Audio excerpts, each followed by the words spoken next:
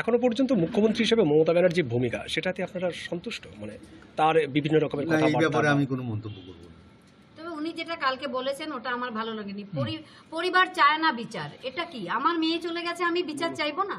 ঠিক। দুনিয়ার কোটি কোটি লোক বিচার চাইছে, আর পরিবার বিচার চায় না। কোটি কোটি বিশ্ব আমার মেয়ের পাশে দাঁড়িয়েছে, তারা এত আন্দোলন করছে এবং সবাই আমরা I want তাদের justice, আন্দোলনকে সমর্থন সমস্ত করছি। রাস্তাঘাট ভরে গেছে। এবং আমি চাইছি যে আমার মেয়ের যতদিন বিচার না পায় ততদিন যেন তারা সেই আন্দোলন চালিয়ে যায়।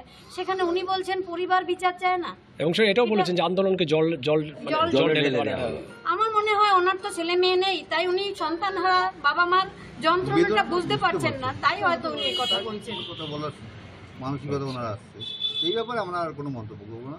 কষ্ট লেগেছে এই মন্তব্যে? এই মন্তব্যে কতটা মর্মাহত আপনারা? ওনার অবশ্যই খারাপ যেমন লেগেছে। বলেছিলেন যে একটা বিচ্ছিন্ন ঘটনা, এরকম ঘটনার কথা শুনলে তো মনে কষ্ট হবে। সৌরভ গাঙ্গুলি বলেছেন। সৌরভ গাঙ্গুলিও তো ছোট ঘটনা এই ধরনের অনেক কিছু সহ্য করতে হয়েছে। সোশ্যাল মিডিয়ায় বলেছিলেন, সোশ্যাল মিডিয়ায় অনেক যে যাই বলুক, আমরা এত বছর ধরে যা করেছিলাম এবং মেয়েটা এতদিন ধরে যে স্বপ্ন নিয়ে এগিয়েছিল সব তো ধুয়ে মুছে সাফ হয়ে গেছে, কিছুই তো নেই আর। তবে আমরা ভীষণ ভাবে মানে কি বলবো, আজকেও সেই বৃহস্পতিবার, যে বৃহস্পতিবারে মেয়েটা আমার ঘর থেকে বেরিয়ে গেছিল আর সে ফিরে আসেনি, তাই আমাদের যে কতটা দুঃখ সেটা আমরা তো কাউকে বলে বোঝাতে পারবো না। যদি বিচার পাই একটু দুঃখ কমবে, এটাই। আমার মেয়েটার আত্মাটা একটু শান্তি পাবে, এটাই আমাদের আশায় বসে আছি। আর কি করবো, আমাদের আর কিছু করার নেই।